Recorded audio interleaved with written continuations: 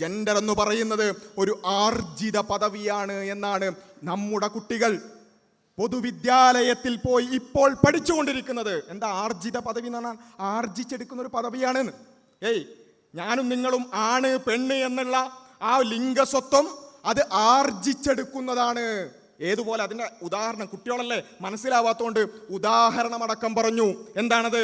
നമ്മളൊക്കെ തൊഴിലിന് വേണ്ടി ഓരോ തൊഴിൽ ചെയ്യുന്ന ആൾക്കാരാണല്ലേ, അതിനുള്ള സ്കില്ലുകൾ നമ്മൾ ആർജിച്ചെടുക്കുന്നത് പോലെയാണ് ആണാണോ പെണ്ണാണോ എന്നുള്ളത് നമ്മൾ ആർജിച്ചെടുക്കുന്നത് എന്ന്.